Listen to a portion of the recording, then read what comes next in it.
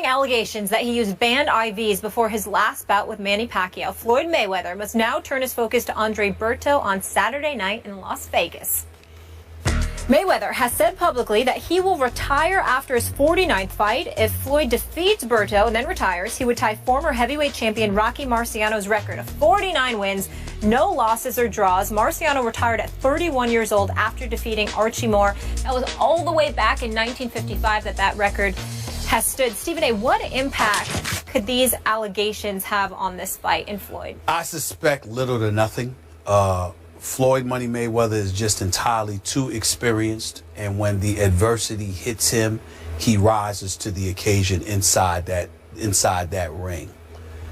But I will bring up a couple of things. Number one, supposedly it canceled an interview with SportsCenter that he was supposed to have yesterday. Yep. Normally, I'm very, very big on you make a commitment, you do everything it takes to get there.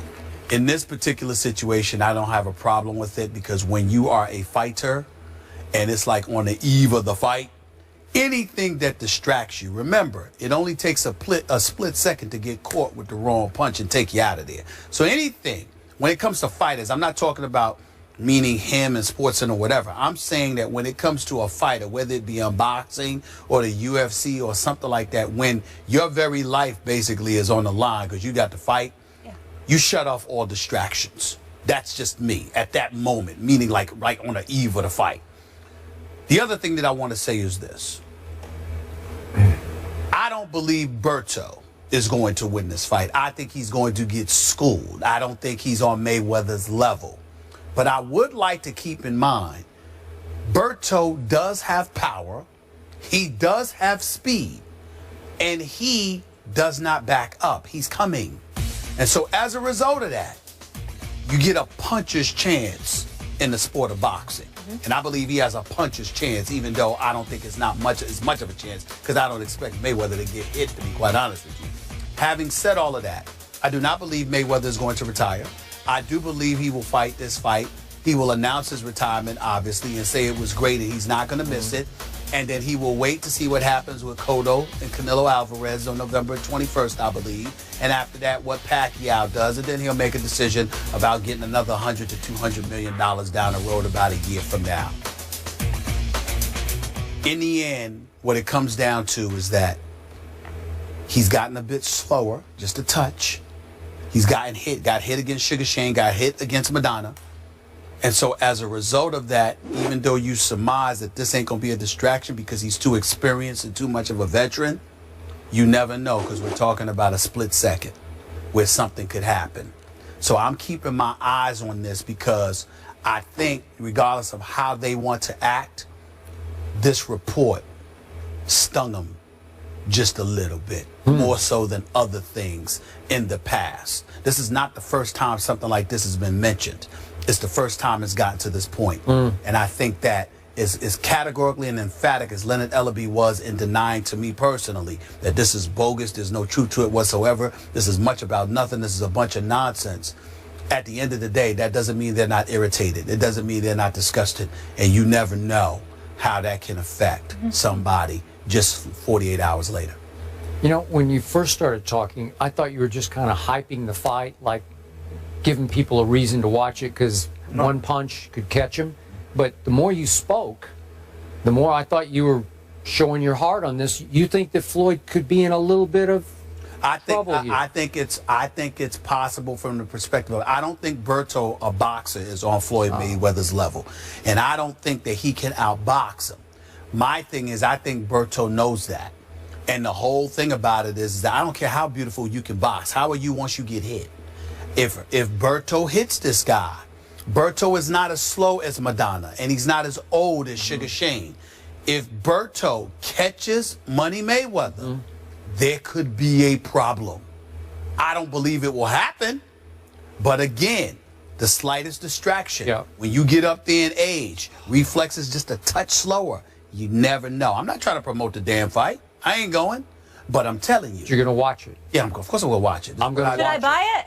As a casual boxing fan, should buy it? Because we will definitely talk about it on We'll definitely talk about it. We're in this business. You know what? You can watch it because Berto is going to come to fight. Now that may not, that's going. I agree with you. But Andre Berto does not back up.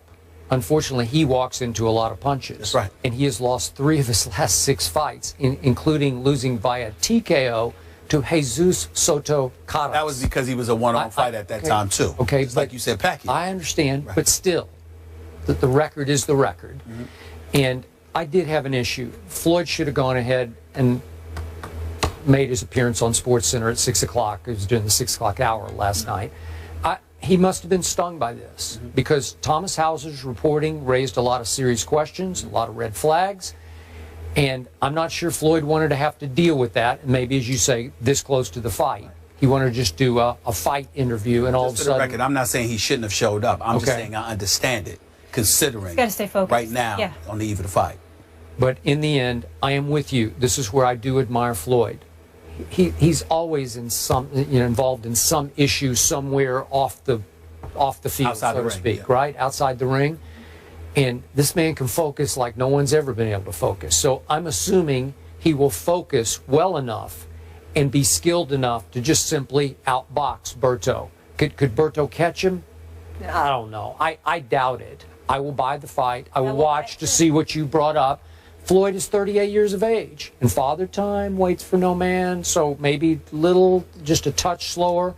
I want to see him give Pacquiao a rematch because I think it would be a fair fight. Well, guys are desperate, and when you're desperate and you come after somebody and you force them to fight, and if you're Floyd and you don't like punching, it could be interesting. All right. Could be. Well, we'll see what happens. I hope it's not his last fight. I hope it's interesting. We'll see. Eli Manning gets paid? Say what? You might be surprised by the dollars. We'll fill you in on the contract details after the break. This is First Take. Stay with us, won't you? Today, the NFL season opens, but one man who can is Floyd, and we have to get into this story right away. Floyd Mayweather, who fights Andre Berto on Saturday night, took an intravenous injection that was banned under anti-doping agency guidelines on the eve of his fight with Manny Pacquiao in May, according to a report. SB Nation said Mayweather's medical team told collection agents that IV of saline and vitamins was given to Mayweather for rehydration purposes following the weigh-in. Although the substances were not banned by WADA, the fact that they were given intravenously was not allowed. According to the report, such injections and infusions are banned because they can be used to dilute or mask the presence of another substance. Mayweather was not available for comment Wednesday night. Skip, your reaction. Stephen A. Smith, this story really makes me wonder about what your man Floyd Mayweather Jr. has been up to. Because we all know that Floyd Mayweather Jr. has been out front for the sport of boxing, trying to clean it up in the fight against steroids. And now I'm starting to wonder if all that was just an act. A lot of bluster, a lot of sleight of hand deflection of blame, because maybe he was trying to deflect any scrutiny off himself, Floyd Mayweather Jr. And it seems extra hypocritical today because I remind you, as you well know, that Floyd and members of his camp publicly accused my man, Manny Pacquiao, of PED use, and my man Manny was so offended he took them to court and he won. And I also remind you that my man Manny, the night of that fight in Las Vegas, May the 2nd, was denied the ability to take a pain-killing injection in his torn rotator cuff because he had not submitted the day before the proper paperwork. So meanwhile, that day before, right after the weigh-in in Las Vegas, what happened? According to this report by Thomas Hauser and SB Nation, Floyd Mayweather Jr. went straight home and took an IV that is against the rules unless you're granted an exemption. By the way, that exemption was not granted by the U.S. anti-doping agency for 18 more days. They did it in hindsight. In retrospect, they said, oh, well, we're going to say it's okay 18 days after the fight. And it wasn't until 20 days after the fight that the U.S. anti-doping agency thought it might be a pretty good idea to inform the Nevada Athletic Commission that Floyd got this exemption for therapeutic use, this IV? Let me tell you what this IV reportedly had. It had 750 milliliters of whatever solution. It was saline and vitamins. Doesn't matter what it was. Saline solution. 750 milliliters went into Floyd's body, according to this report. The World Anti-Doping Agency that Molly referred to, the one I hang my hat on, the Olympic Testing Agency, says that the cutoff is 50 milliliters. Floyd went to 750 milliliters when only 50 are allowed under Olympic-style testing. Why, as Molly pointed out? Because if you put 750 milliliters in your body, which according to the average weight of an average male would be about 16% of your blood system, you can mask whatever's in there. You can cover it up going into a big fight against Manny Pacquiao.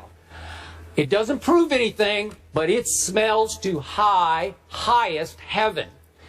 And this whole idea of Floyd saying that he's been Olympic tested, this story just shoots holes all through that, because the U.S. Anti-Doping Agency is just this independent arm that operates in this country that you can pay to come and test you for your event.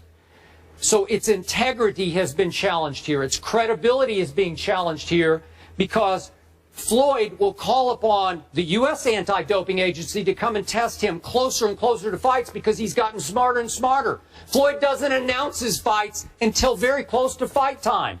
Andre Berto, we know it's tomorrow night, September 12th. That fight didn't get announced until August the 4th. So in 4 or 5 weeks, that's all the testing that the U.S. Anti-Doping Agency is able to do. So what happened between the Manny fight and all the way up to August the 4th? Floyd could be doing anything. Olympic testing is 365 days a year, 7 days a week, 24 hours a day. Floyd has never been subjected to that kind of testing. And let me also add, before I hand off to you, Stephen A. Smith, I know this writer, Thomas Hauser. He is a dean of boxing writers. He's now 69 years of age. He wrote the definitive biography of Muhammad Ali that was published in 1991. You could say that he's favorable to Ali, and you could read, I'm going to be objective here. You could read into it that maybe he has an axe to grind against Floyd because Floyd has been so publicly hard on Muhammad Ali. I don't know that. I don't believe that. I just know that Thomas Hauser has been around a long time. He's plugged in boxing circles. He shares some of his other previous reporting about Floyd's whatever. I'm not even going to go into that because I'm going to stay right on this story right here, right now. It raises all kinds of red flags about what happened before that fight. And again, it proves nothing except it just comes across as so outrageously hypocritical after the way that Floyd has treated Manny Pacquiao. Well, your position is incredibly predictable.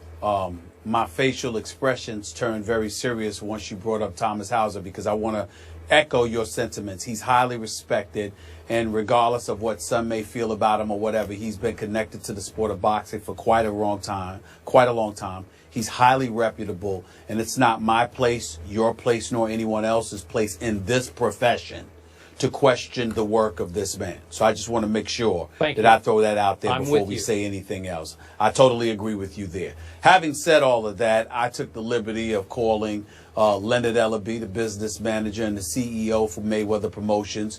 Approximately 30 minutes ago, I got off the phone with him. They're going to issue a press release within the hour, I believe, where they're categorically denying that there's any truth whatsoever to the reports.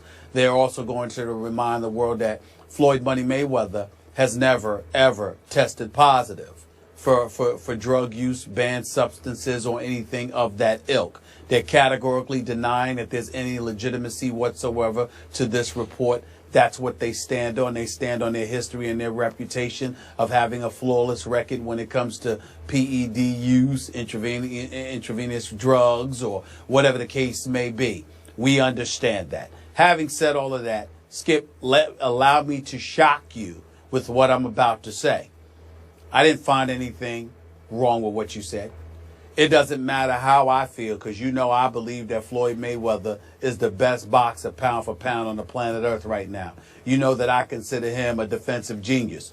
But there is no question that if there is any truth whatsoever to these reports, it smells. It smells. Especially when you consider the fact that Floyd Money Mayweather has been adamant, particularly when it comes to Manny Pacquiao, about being tested, about bringing USADA into the equation, about proclaiming time and time and time again, if you want the best, take the test. I'm not sure I quoted him accurately verbatim, but it was something along those lines. And so when you hear about any kind of shady behavior as it pertains to the allegations being levied against Floyd Money Mayweather, it definitely smells. It's definitely not a good look. And it's incredibly appropriate that all of us get to the bottom of it. I will admit I find it a bit shaky that this information comes out the week of his fight with Berto, his self-proclaimed last fight of his career, literally a little bit more than 48 hours before he fights Andre Berto. And regardless of what we think about Andre Berto in terms of him being a joke, he is 30-3, although he's 3-3 over his last 6 fights. He does have about 23 knockouts on his career. He does have some speed and some power, and if he catches you, he could take you out of there. So we can't assume anything. When I look at all of these things, I do find it a tad bit odd that this report has come out now, particularly considering the fact that this was probably known months ago. But that still doesn't absolve Mayweather from anything if indeed it is true. They did acknowledge that he did take something because he was dehydrated, so he wanted to rehydrate himself. You pointed out how it's 750 milliliters, okay? 250 milliliters of the saline and the multivitamin, and then an additional 500 for the saline along with vitamin C, okay? Now, when you talk about potential PED use, let's be clear about something here, and this is where you and I definitely will part ways. There have been accusations made about Floyd Money Mayweather in the past, although that there was no proof presented. I believe somebody associated with Max Boxing threw something out there about Floyd Money Mayweather working in concert with Golden Boy Promotions and them having, connections with USADA and, brought that to the attention of the Nevada State Athletic Commission. I don't know how far that went, but clearly it didn't go far enough because we never heard anything really about it, okay? But let's be clear, Skip Bayless, the kind of PED use that many suspected Manny Pacquiao of doing with Floyd Money Mayweather, you yourself have said on many occasions, he's a pillow puncher. He's got 26 knockouts. The last real knockout of his career to you was in the late 90s, even though I count Ricky Hatton as a knockout, etc.